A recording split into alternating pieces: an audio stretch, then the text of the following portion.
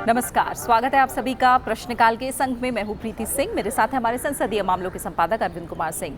प्रश्नकाल के इस अंक में भी हम एक बार फिर आपके सामने लोकहित और जनहित से जुड़े प्रश्न लाए हैं। हम अनस्टार्ड क्वेश्चंस यानी जो अतारांकित प्रश्न है जिनका जवाब संबंधित मंत्रालय के मंत्री सदन में लिखित रूप में देते हैं, ऐसे प्रश्नों की जानकारी हम इस कार्यक्रम के जरिए आप तक ज़्यादा से ज़्यादा पहुंचाते हैं।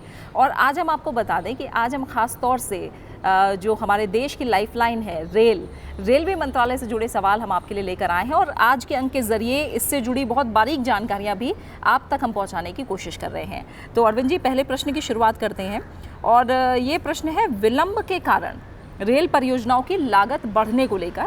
ये सवाल पूछा है अंबिका सोनी जी और टी सुब्बारामी रेड्डी जी ने। इसका जवाब क्या दिया सरकार ने? इसमें ये बड़ा सवाल है जिसमें पूछा है कि पिछले 2 सालों में जो पेंडिंग प्रोजेक्ट थी उनकी लागत में कितनी वृद्धि हुई है, उसका पूरा ब्यौरा दिया जाए और क्या विलंब के कारण जो है लागत बढ़ती है।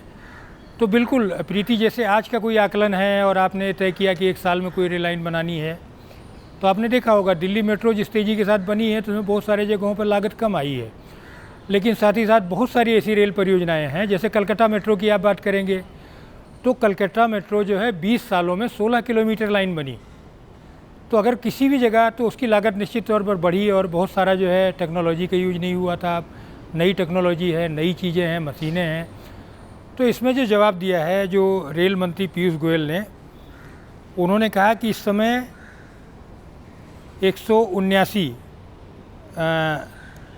नहीं, इस समय जो है 189 नई लाइनें, 55 गेज कन्वर्सन और 247 ऐसी हैं जो कि डबलिंग की प्रोजेक्ट्स हैं।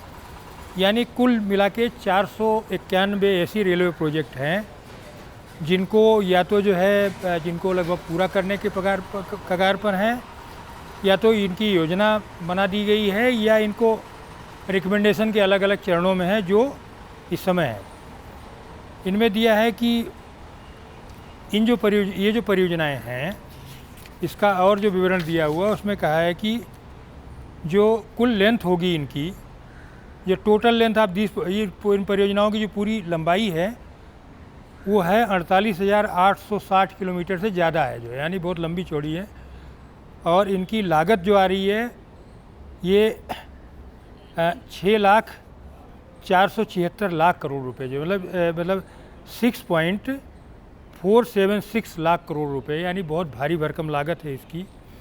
और इनमें से जो है जो कमीशन की जा चुकी है लाइनें वो मार्च 2019 तक वो की जा चुकी 9,113 किलोमीटर, जिन पर 1,43,000 करोड़ रुपए का खर्च आया। अगर आप देखेंगे, क्योंकि प्रीति रेल परियोजनाएं वो काफ़ी भारी लागत की होती हैं, उनमें जो है आपको भूमि अधिग्रहण करना होता है, उसके बाद लगातार ये देखना होता है कि जो फॉरेस्ट के क्लियरेंस लेना होता है, कई तरह के और क्लियरेंसेज हैं, बहुत सारा जो है टेक्नोलॉजी की ज़रूरत होती है, बहुत सारी मैन पावर की ज़रूरत होती है इक्विप पर, और इसके अलावा स्टेट की मदद की ज़रूरत होती है।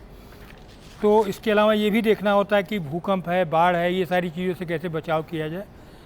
तो ये अलग अलग स्तर पर बहुत सारा। तो और ये कहा कि ये जो पेंडिंग प्रोजेक्ट्स हैं इनको जल्दी पूरा करने के लिए या अधिक संसाधन देने के लिए सरकार ने कई उपाय किए हैं, जिसमें से भारतीय जीवन बीमा निगम से 1.5 लाख करोड़ रुपए से अधिक का एक ऋण भी लिया गया है, ताकि ऐसी परियोजनाओं को जो पेंडिंग है उनको पूरा करने का प्रयास किया जा सके।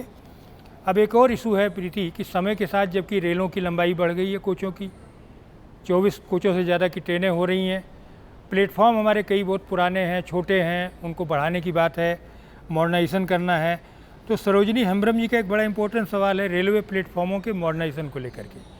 क्या जवाब है, क्या हो रहा है इस दिशाओं में जो है? जी, सरोजनी हेम्ब्रम जी ने पूछा है कि जो देश में विभिन्न रेलवे स्टेशन हैं उनमें प्लेटफॉर्म के आधुनिकीकरण के लिए कितनी परियोजनाएं प्रगति पर हैं और आधुनिकीकरण करने का क्या विचार रखा जा रहा है, और यात्रियों को मूलभूत सुविधाओं और आवश्यकताओं को उपलब्ध कराने के लिए अधिक संख्या में प्लेटफॉर्म के आधुनिकीकरण का क्या विचार है और ब्यौरा क्या है। तो हम जानते हैं अरविंद जी की जो बड़ी सिटीज़ हैं जिन्हें मेट्रो सिटीज़ कहा जाता है, वहाँ पर तो हम फिर भी सुविधाएं देखते हैं प्लेटफॉर्म पर और ठीक ठाक सुविधाएं देखते हैं, लेकिन जो छोटे शहर हैं उन जगहों पर हम देखते हैं आधुनिकीकरण को लेकर काफ़ी काम होना है और लोगों की ये मांग काफ़ी समय से रही है कि ज़्यादा से ज़्यादा आधुनिक बनाए जाए प्लेटफॉर्म।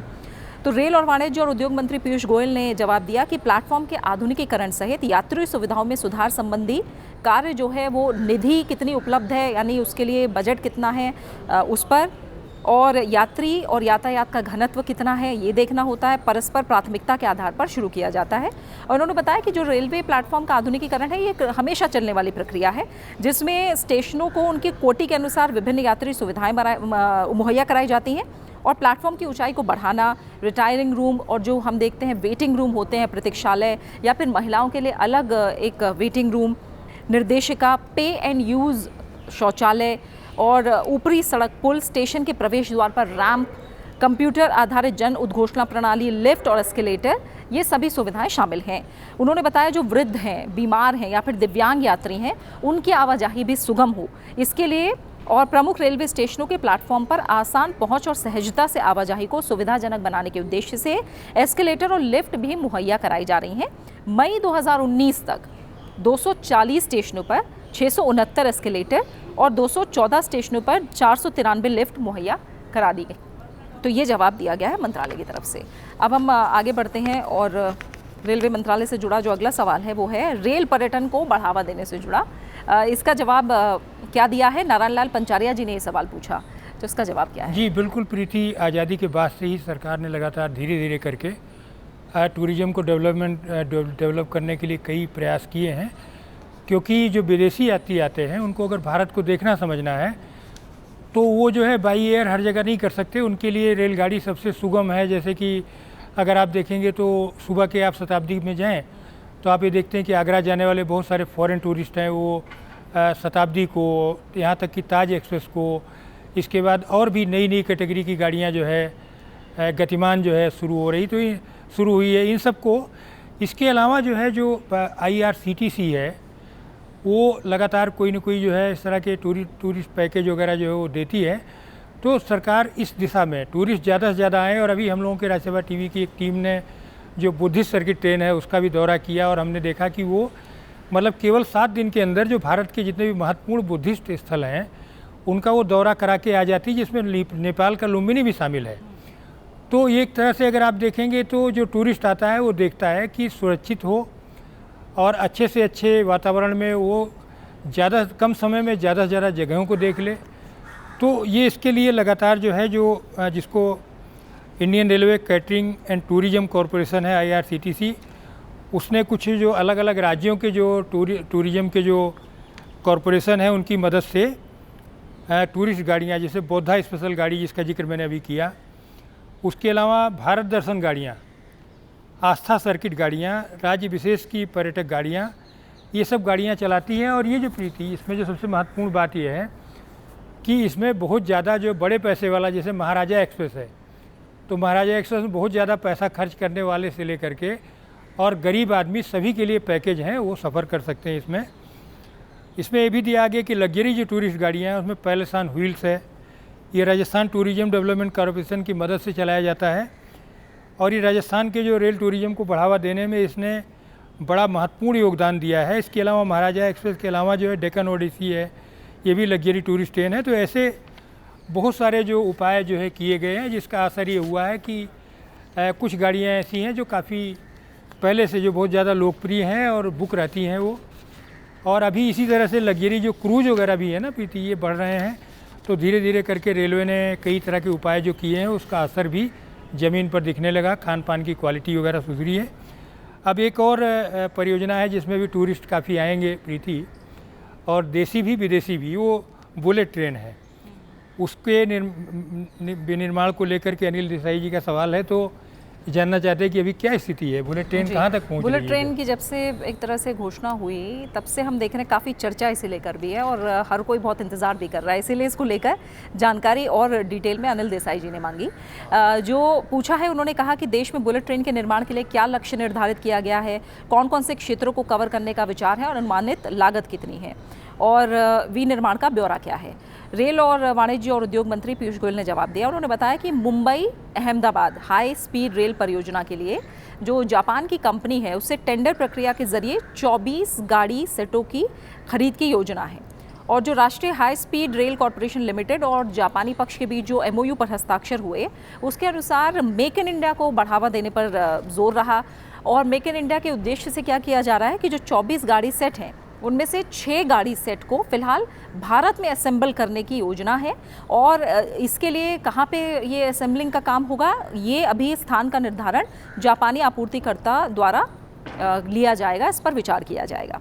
उन्होंने बताया कि जो चल स्टॉक की लागत है उसकी सहित Mumbai Ahmedabad high speed rail परियोजना की कुल अनुमानित जो लागत होगी वो 1,08,000 करोड़ रुपए है, जिसमें से 81% लागत का जो वित्त पोषण होगा वो जापान इंटरनेशनल कॉरपोरेशन एजेंसी के माध्यम से किया जाएगा। और इस परियोजना का कार्य 2023 में पूरा किए जाने का लक्ष्य लेकर सरकार चल रही है। यानी 2023 में हमको मुंबई अहमदाबाद बुलेट ट्रेन साकार होती दिख सकता है, ये जो मकसद है। तो ये जवाब दिया है मंत्रालय ने। अब हम आगे प्रश्न की तरफ बढ़ रहे हैं और अगला प्रश्न है रेलवे का परिचालन अनुपात। ये सवाल पूछा है डॉक्टर शांतनु सेन ने, इसका जवाब। हाँ बिल्कुल प्रीति, ये जो परिचालन अनुपात है ये बेसिकली जो ऑपरेटिंग रेशियो जिसको अंग्रेजी में बोलते हैं, वो किसी भी संगठन की आर्थिक सेहत को दर्शाता है।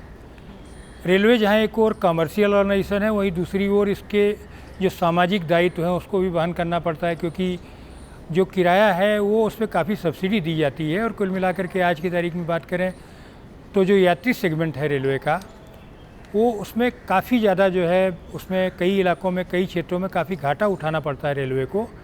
लेकिन भारत सरकार जो है, चूँकि यात्री यातायात को सुगम बनाए रखना है, इसलिए ना तो माल भाड़ा या इसीलिए ना तो यात्री भाड़े में वृद्धि भी आपने देखा होगा कि पिछले काफ़ी समय से नहीं हुई है। कुछ अलग कोटि हैं जो अलग अलग बढ़ा है, जैसे मान लीजिए आय बढ़ी है जो फ्लेक्सी फेयर से और जगहों से, लेकिन सामान्य जो जिसको कहिए आम आदमी के जो किराए भाड़ों में ज़्यादा कुछ बढ़त नहीं हुई है।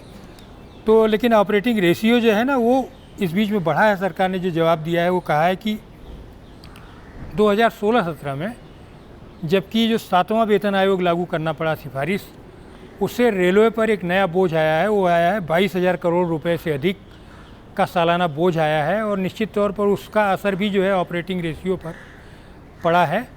तो इसमें बाकायदा आंकड़े दिए गए हैं प्रीति। तो उसमें मैं बताना चाहूँगा कि जो टोटल ऑपरेटिंग रेशियो जो कि 2016-17 में था वो था 96.5%। अब इसको कैसे आप समझ सकते हैं कि 100 रुपये में मतलब 96.5% जो रेलवे का खर्च हो जा रहा है। तो इसके बाद ये बढ़ कर के 2017-18 में बढ़ के 98.4% हो गया। यानी रेलवे के पास जो एक्सेस अमाउंट जो होना चाहिए, जो जिसको बोलते हैं अधिशेष, वो केवल 1,666 रुपये रहा। और फिर 2018-19 में थोड़ा बेहतर हुआ है, ये हो गया 97.3%। तो ये हो गया 3,773। तो अभी इस बीच में सरकार ने क्या किया है कि कुछ कोशिश किया है जो यात्री यातायात का बढ़ाने के लिए। तो एक आंकड़ा जो बता दूं कि यात्री आमदनी जो हुई है 2016-17 में 48,000 करोड़ थी, जो कि 18-19 में 52,000 करोड़ हो गई है। और माल आमदनी इसी अवधि में 1,08,900 करोड़ जो है थी, जो कि बढ़ के 1,29,750 करोड़ हो गई है। तो बढ़ रही है, लेकिन जो लक्ष्य रखा गया उसकी तुलना में ये कम है प्रीति। तो हमको लगता है कि ये अगर आंकड़े देखेंगे तो ये काफ़ी चुनौतीपूर्ण स्थिति को दर्शाते हैं। बिल्कुल। तो आज के अंक में हमने अरविंद जी कोशिश की रेलवे मंत्रालय से जुड़ी जो तमाम जानकारी है, जो प्रश्नों के जरिए अलग अलग सांसदों ने मांगी, वो आप तक पहुंचाई। आगे भी हम कोशिश करेंगे कि एक एक मंत्रालय के जो से जुड़े जो प्रश्न हैं उनकी जानकारी हर अंक में हम आप तक लेकर आएँ। फिलहाल इस अंक में हमें दीजिए इजाज़त। नमस्कार।